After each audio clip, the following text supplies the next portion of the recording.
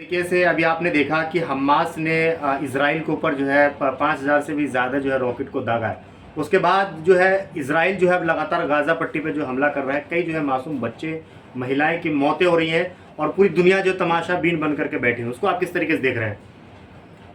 देखिए, हमास के लोग बहुत ज़माने से मजलूम हैं। गज़ा में ख़ास तौर पर 2007 से लेके अब तक मुहासरा है जी। और हर साल 200 या 300 गज़ा के लोगों को और मगरबी किनारे के लोगों की शहादत होती है। इज़राइल के फ़ौजी और इज़राइल की पुलिस उन्हें मारते हैं, कभी मोहल्लों में मारते हैं, कभी बमबारी करते हैं, कभी वो जाके मस्जिद अक़सा के अंदर निहत्थे नमाजियों के ऊपर गोली चलाते हैं। ये सारा सिलसिला एक ज़माने से चल रहा है और इस सब के चलने के बावजूद बहुत से ममालिक ने इज़राइल के साथ इंगेज किया और इज़राइल के साथ नॉर्मलाइजेशन का उनका एटीट्यूड रहा है। ये जुल्म कब तक जारी रहता? आखिरकार गज़ा के मज़लूमों ने हमास की क़यादत में अपने जुल्म को रोकने की जद्दोजहद का आगाज़ इन 5,000 रॉकेटों के जरिए किया है। इसके अलावा मैं इससे ज़्यादा इसे आप हमास को आतंकवादी मानते हैं या फिर आप मानते हैं ये धार्मिक संगठन है? हमास ना धार्मिक संगठन है ना आतंकवादी संगठन है। हमास को सिर्फ यूरोपियन यूनियन, यूके और यूएस आतंकवादी संगठन मानता है। यूनाइटेड नेशंस जो इस दुनिया की सबसे बड़ी आलमी एक बॉडी है और ऑथेंटिकेटेड बॉडी है, लीगलाइज्ड फोरम है, उसने आज तक हमास को एक आतंकवादी संगठन नहीं माना। तो मेरे, आपके या हमारे भारतीय मीडिया के या यूरोपियन यूनियन के मानने से कोई आतंकवादी नहीं होता। ना हमास आतंकवादी है, ना हिजबुल्लाह आतंकवादी है। यूनाइटेड नेशंस की जो अभी जनरल असेंबली की 8 और 9 अक्टूबर को इमरजेंसी मीटिंग फ़लस्तीन के मसले पर हुई है, उसमें कोई रेजोल्यूशन नहीं आ सका, कोई करारदाद पास नहीं हो सकी। वहाँ अमेरिका ने और इजराइल ने मिलके ये कोशिश की कि आलमी सतह पे हमास को एक टेररिस्ट ऑर्गेनाइजेशन डिक्लेयर किया जाए, नाकाम हो गए। अभी 8 और 9 अक्टूबर 2 दिन पहले। तो कैसे आप ये कह सकते हैं कि हमास एक आतंकवादी संगठन है? वो राइट टू सेल्फ डिटर्मिनेशन की जद्दोजहद कर रहे हैं। वो जो फ़लस्तीनी लाखों की तादाद में बेघर होके दूसरे मुल्कों में पनाह लेके बैठे हैं, उनके वतन वापसी की जद्दोजहद कर रहे हैं। वो एक बावकार, बाइज्जत और पुरअमन शहरी बने रहने की जद्दोजहद कर रहे हैं और ये उनका जायज़ हक़ है, जिसे आधी से ज़्यादा दुनिया तस्लीम करती है कि वो एक मुज़ाहिमतकार हैं। क्या मतलब है? हमास का फुल फॉर्म क्या है? हरकतुल मुकाविमतुल इस्लामिया, ये पूरा नाम है हमास का, जिसका मतलब होता है Islamic resistance movement. Islamic resistance movement. तो इस्लामिक रेजिस्टेंस मूवमेंट के ज़रिए जो फ़लस्तीन के मजलूमों को इंसाफ दिलाने की जद्दोजहद कर रहे हैं, उन्हें दहशतगर्द वही लोग कह सकते हैं जो दहशतगर्दी, जुल्म, नाइंसाफ़ी और बर्बरियत में यकीन रखते हुए कुछ लोगों को उनके घरों से निकाल के, उनको कत्ल करके, उनके बच्चों को, छोटे छोटे बच्चों को बमों से उड़ाने, उनका रोटी पानी बंद करने और उनके ऊपर अरसा हयात तंग करने की जानवरों वाली हरकत करते हैं, वो लोग हमास को दहशतगर्द कह सकते हैं। कोई महज़्ज़ब लेकिन सर, लेकिन लड़ाई को दो मुल्क की लड़ाई कहेंगे या धर्म युद्ध कहेंगे? देखिए, अगर आप तारीख़ी पस मंज़र देखेंगे इसका, तो ये तो हिस्टोरिकल है, ये कोई आज की लड़ाई नहीं है। ऐसा नहीं है कि 7 अक्टूबर 2023 को अचानक कोई जंग शुरू हो गई। यही जंग 50 साल पहले 1973 में भी 6 अक्टूबर को इसी तारीख को शुरू हुई थी। यही जंग 1948-49 में भी हुई थी, जब 70% पैलेस्टाइनियन पॉपुलेशन का मास एक्सोडस हुआ था। बड़ी तादाद में बाहर निकाल के उनको महाजिर बना दिया गया था। ये जंग 1917 में भी बेलफोर्ट का जब डिक्लेरेशन आया था, तब भी यही मसला था। इसके बाद ये जो लीग ऑफ, इससे पहले लीग ऑफ नेशंस के बाद यूनाइटेड नेशंस में भी ये मसला चलता रहा। फिर 1948 में बाकायदा रिकॉग्नाइज किया गया और इस सब की शुरुआत 1896 में लॉर्ड हर्जिल नाम के, थियोडोर हर्जिल नाम के एक शख्स ने, जो एक जर्नलिस्ट था, उसने सबसे पहले किताब लिखी थी कि इजराइलियों, यहूदियों के लिए एक वतन होना चाहिए और वो वतन फ़लस्तीन की सरजमीन पर कायम होना चाहिए। उसके नतीजे में 1897 में फिर एक ज़ायोनिस्ट कॉन्फ्रेंस हुई। ज़ायोनिस्ट, आप लफ्ज़ देखिए, ज़ायोनिस्ट, जालिम यहूदी को कहते हैं ज़ायोनिस्ट, इससे सिंपल वर्ड्स में। तब से चला आ रहा है। और उसके नतीजे में बल्कान की जंग हुई, उसके नतीजे में पहली जंग अजीम हुई, उसके नतीजे में दूसरी जंग अजीम हुई, करोड़ों लोग मारे गए सिर्फ इसलिए कि इजराइल का नाजायज क़याम वजूद में लाना मकसद था। इसके लिए तुर्की की खिलाफत को ख़त्म किया गया, तुर्की के हिस्से बखरे किए गए, तोड़ दिया गया। उसके नतीजे में बाल्कनाइजेशन हुआ, पूरे के पूरे वेस्ट एशिया को 34 मुल्कों में तोड़ तोड़ के तकसीम कर दिया गया। ये सब कुछ सिर्फ इजराइल के क़याम के लिए और फ़लस्तीनियों से उनका हक छीनने के लिए, उनको बेघर करके और इजराइल को आबाद करने के लिए करोड़ों लोगों को कत्ल किया गया है। पिछले 100 साल में करोड़ों लोगों को कत्ल किया गया है। वो दहशतगर्दी नहीं है क्या? पूरी दुनिया तारीख को जाने बगैर और समझे बगैर सिर्फ गुलामों की तरीके से अमेरिका, इजराइल, बरतानिया के सुर में सुर मिलाना चाहती है? ऐसा नहीं हो सकता और ऐसा नहीं हो रहा है। आप भारत के साथ हैं या फिलिस्तीन के साथ हैं? अरे भाई, ये फिलिस्तीन का मसला किसी जमीन का मसला नहीं है। ये बिल्कुल गलत सवाल है कि आप भारत के साथ है, फिलिस्तीन के साथ है। भारत फिलिस्तीन के साथ रहा है, ये क्यों नहीं कहते आप? महात्मा गांधी से लेके अटल बिहारी वाजपेयी तक हमेशा भारत की ऑफिशियल पॉलिसी फिलिस्तीनियों की हिमायत की पॉलिसी रही है। लेकिन आज भारत इजराइल के साथ है, ये तो आप जानते हैं। नहीं, बिल्कुल गलत है ये नोशन बिल्कुल गलत है कि आज भारत इजराइल के साथ खड़ा है। बिल्कुल नहीं खड़ा है। वजीर आजम ने एक बयान दिया है तो वो वजीर आजम का जाती बयान है। भारत में उस बयान को लेके भारत की पॉलिटिकल पार्टीज ने, भारत के एनजीओज ने, सोशल ऑर्गेनाइजेशंस ने, जनरल पब्लिक ने सख्त रिएक्शन का इजहार किया है। आरएसएस जो है वो खड़ा है इजराइल के साथ में। ये बदकिस्मत भारत सरकार किसके साथ है? भारत सरकार का ऑफिशियल स्टैंड कैसे ये एडमिसिबल हो सकता है, जबकि हमारी 75 साल की जो पॉलिसी है 1948 से लेके आज तक हम ऑफिशियली टू स्टेट थ्योरी की हिमायत करते रहे हैं कि पैलेस्टाइन एंड इजराइल को एग्जिस्ट करें साइमल्टेनियसली। लेकिन अब जिस पैलेस्टाइन को को एग्जिस्ट करना था इजराइल के साथ, उसको तो आज 40 साल हो गए, 1967 ऑनवर्ड उनको वो राइट नहीं दिया गया है। तो भारत की सरकार में अगर आरएसएस के एलिमेंट खड़े हो जाएंगे तो वो एक्सेप्टेबल नहीं होंगे। भारत है, भारत। अच्छा सर, कुछ सवाल ये है, कुछ सोशल मीडिया पे लोग ये भी लिख रहे हैं कि जो यहूदी है वो कबतुल शखरा और मस्जिद अक्सा को शहीद करना चाहते हैं, तो उसको आप किस तरीके से देखते हैं? ये कोशिश तो बार बार की गई है ना। जो अभी सेटलमेंट बनाए गए हैं कंटिन्यूअसली पिछले 6 साल में सेटलमेंट्स बनाने की तादाद बढ़ती चली जा रही है। और ये सेटलमेंट मस्जिद अक्सा के चारों तरफ के इलाके में बनाए जा रहे हैं। और ये इसीलिए हैं कि वहाँ पर जो मुकामी आबादी मस्जिद अक्सा के चारों तरफ के जो मोहल्ले हैं, वहाँ पर जो मुसलमान रहते हैं, उनको वहाँ से बेघर करके ज़्यादा से ज़्यादा तादाद में इजराइलियों को वहाँ बसा दिया जाए ताकि मस्जिद अक्सा पे कब्जा करना आसान हो जाए। अभी मस्जिद अक्सा पे कब्जे के रास्ते में सबसे बड़ी रुकावट वहाँ के मुकामी आबादी और मोहल्ले हैं जो अरबों पर मुश्तमिल है, वो नहीं होने देते हैं। तो क्या लग रहा है कि अगर मस्जिद अक्सा पे कब्जा अगर यहूदी जो इजराइल है अगर वो कर लेता है, तो लग रहा है कि दुनिया में वैसा जंग का आगाज होगा जो इससे पहले कभी नहीं हुआ था? देखिए, अभी भी वही हो रहा है। हमने इसीलिए मैंने आज सुबह से ये कहा है कि एक तो दूसरे किसी भी मुल्क को इस जंग का हिस्सा नहीं बनना चाहिए, पहली बात। दूसरी बात ये कि जिन ममालिक के असर और रसूख हैं वो पहली फुर्सत में पार्टी बनने के बजाय ये कोशिश करें कि जंगबंदी हो और जंगबंदी के जरिए नेगोशिएशन के टेबल पर दोनों फरीक आएँ, एक सेटलमेंट हो और 1967 की जो बाउंड्रीज इजराइल और पैलेस्टाइन की थी उन पर एक इत्तफाक राय कायम करके वो बने। तो इस वक्त की पहली ज़रूरत यह है कि जंग का एस्केलेशन ना हो। अगर दूसरे ममालिक जंग में कूद गए तो एक बहुत बड़ा मसला है। कई बार जो है इजराइल के साथ मुआहदा हुआ था, लेकिन देखा गया कि कभी भी जो है इजराइल अपने उस जो एग्रीमेंट हुआ उस पर नहीं रुका है। उसको आप किस तरीके से देखते हैं? देखिए, ये यूरोपियन यूनियन और यूएस एंड यूके ये ममालिक जो है इजराइल की हिमायत हमेशा करते रहे। यूनाइटेड नेशंस ने कभी भी नहीं की है। ये एक बड़ा फर्क है। 77 रेजोल्यूशंस यूनाइटेड नेशंस के हैं जिसमें उन्होंने इजराइल को वॉर क्राइम्स का जिम्मेदार करार दिया है। 77 यूएन रेजोल्यूशंस हैं, किसी बाहर के किसी एक सिंगल गवर्नमेंट का नहीं है, मुतफ़क्का स्टेटमेंट है 77। इसके बाद भी उस पर अमल दरामद नहीं हो पाया।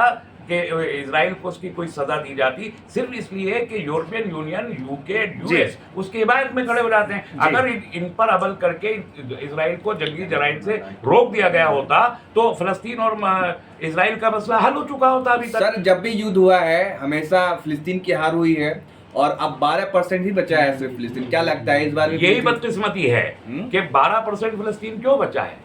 फिलिस्तीन को 100% रहना चाहिए। इजराइल का तो कोई वजूद ही नहीं है। हजारों साल की तारीख में इजराइल नाम का कोई मुल्क, कोई खित्ता इस दुनिया के नक्शे पे नहीं आया। हजारों साल की तारीख में आप तमाम नक्शे उठा के देख लीजिए, इजराइल नहीं है, फिलिस्तीन है। तो आज फिलिस्तीन के 78% लोग अगर फिलिस्तीन के बाहर रह रहे हैं, वो अरब, कोई मिस्र में है, कोई जॉर्डन में है, कोई तुर्की में है, कोई लेबनान में है, कोई सऊदी अरब में है, कोई भारत में है, इस तरीके से कैंपों में और टेंटों में रह रहे हैं। सर, तो इनका क्या हक नहीं है फिलिस्तीन के ऊपर? इस हक को कैसे इनकार किया जा सकता है? जो हजारों साल से वहां रहने वाले लोग हैं उनको निकाल के आपने बाहर खड़ा कर दिया। भारत में चलाया जा रहा है, जो आज फिलिस्तीन के साथ खड़े हैं वो कल पाकिस्तान के साथ खड़े होंगे। अरे भाई देखिए, ये जो लोग यहाँ चला रहे हैं भारत में, ये तो वो अंधभक्त हैं जो आईटी सेल के जरिए गवर्न होते हैं, पैसे लेते हैं, वो लोग चलाते रहते हैं। उसको ओपिनियन समझना ही एक गलत बात। रूबिका लियाकत एक देश की जानी मानी पत्रकार है, वो भी कह रही है। वो जानी मानी किस सिलसिले में है ये भी सब जानते हैं, इसलिए मजीद कमेंट की कोई सर जरूरत एक नहीं। सवाल आपसे लेना चाहेंगे कि जिस तरीके से सुल्तान सलाहुद्दीन अय्यूबी ने पूरे जो है जो फिलिस्तीन है, जो मस्जिद अक्सा उसको खाली करवाया था, तो लग रहा है कि जो आज के मुसलमान हैं वो उस तरीके से खाली करवा पाएंगे देखिए, अपने किबला अव्वल को? ये सुल्तान सलाहुद्दीन अय्यूबी का जमाना नहीं है जी। वो जमाना अलग था, उस वक्त के हालात अलग थे, सियासी हालात और मिलिट्री के हालात अलग थे, आज अलग है। उस वक्त सिंगल लीडरशिप चला करती थी, आज सिंगल लीडरशिप का ज़माना नहीं है, आज कलेक्टिव लीडरशिप का ज़माना है। और जंगें भी आज किसी एक मुल्क की तनहा बाकी नहीं रहती, ग्लोबली इम्पैक्ट करती हैं। इसलिए सुल्तान सलाहुद्दीन के ज़माने से इसे कंपेयर करना बिल्कुल ठीक नहीं है, गलत एक तरीका होगा। लेकिन बैतुल मुक़द्दस 1200 साल से मुसलमानों के कब्जे में है। हजरत उमर फारूक रजी अल्लाह ताला अन्हु ने बिला जंग के फिलिस्तीन को हासिल किया था। ये एक तारीख है। और वहाँ पर जो चर्च है फिलिस्तीन में, बैतुल्लहम के जो चर्च है, उस चर्च के बाहर वो मुआहिदा आज भी टंगा हुआ है जो हजरत उमर फारूक रजी अल्लाह ताला अन्हु के ज़माने में हुआ।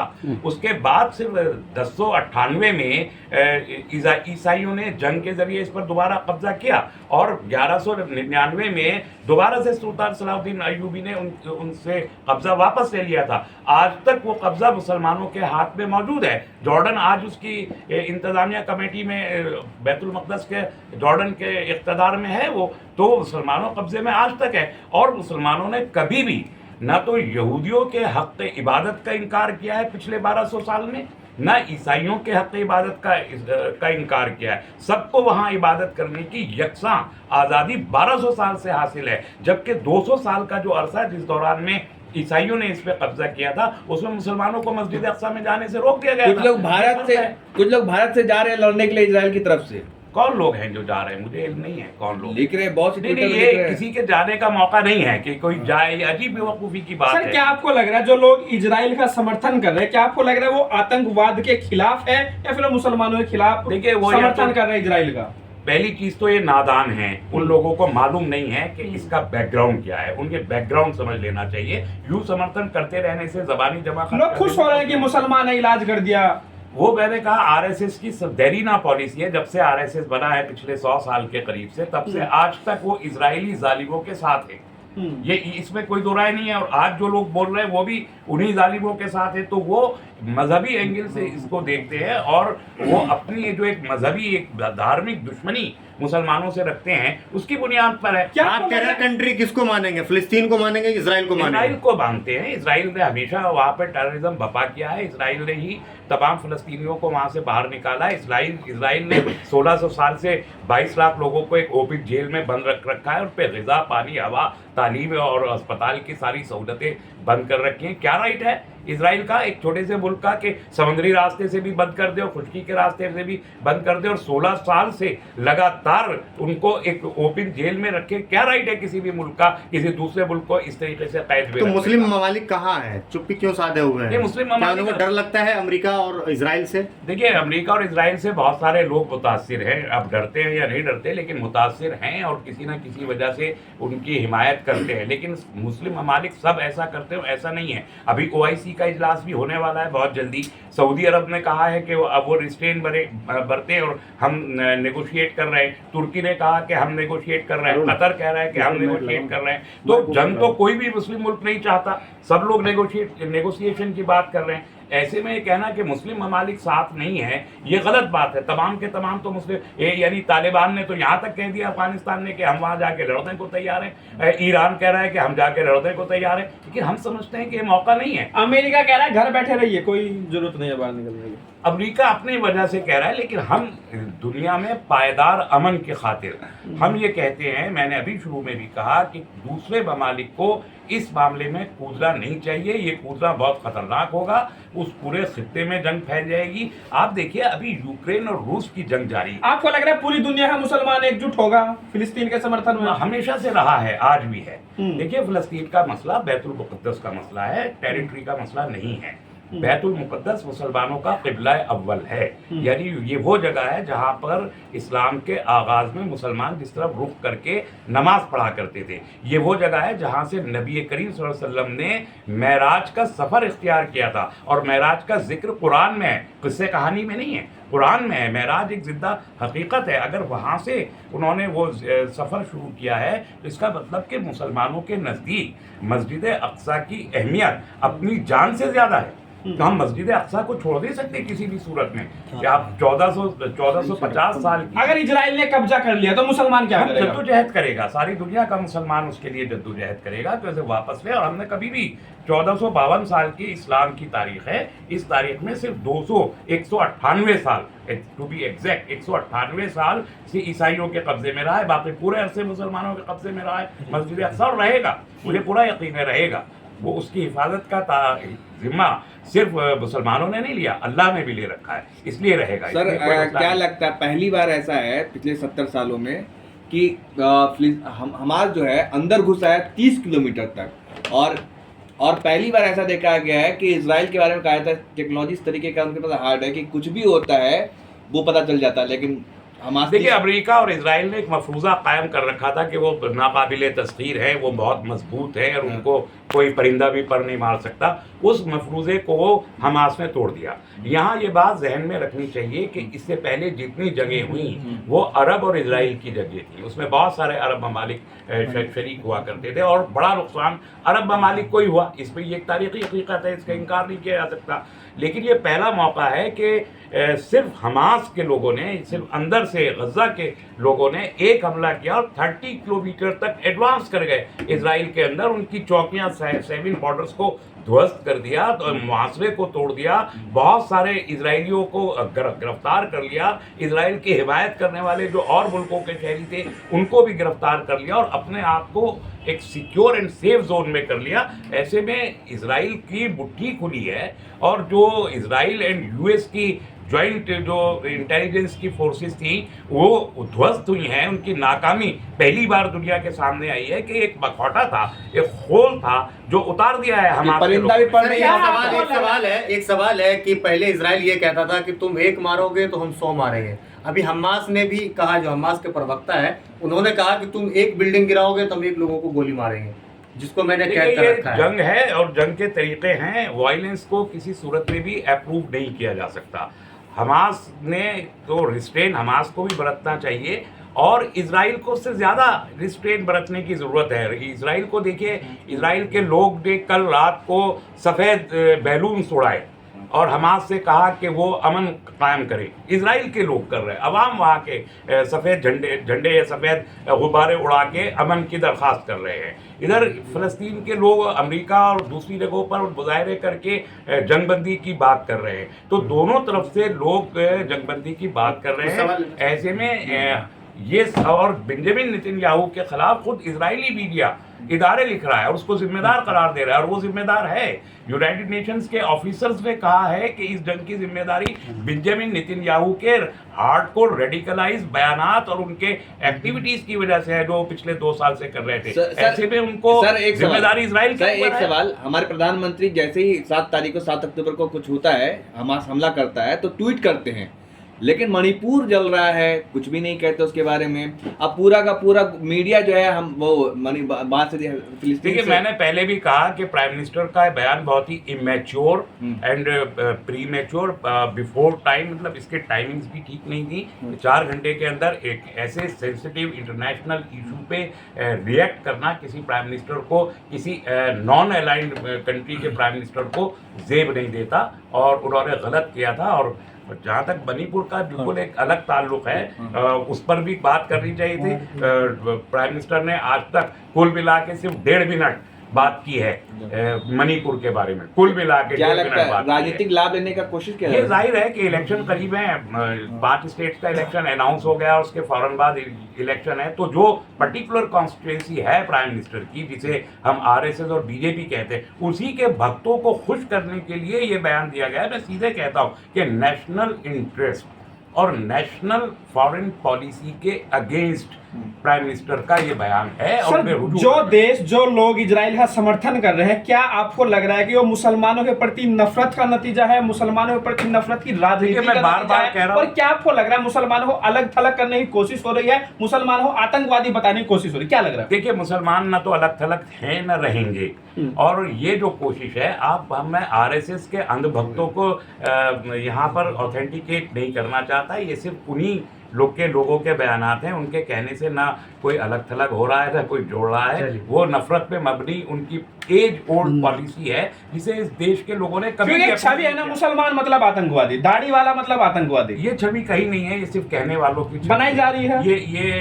यूरोपियन प्रोपेगेंडा है, यूनाइटेड स्टेट्स का प्रोपेगेंडा है, और इस प्रोपेगेंडे पर दुनिया यकीन नहीं करती। ये सिर्फ टेलीविजन की खबरें हैं, इससे ज्यादा कुछ नहीं। बहुत शुक्रिया, बहुत बहुत शुक्रिया।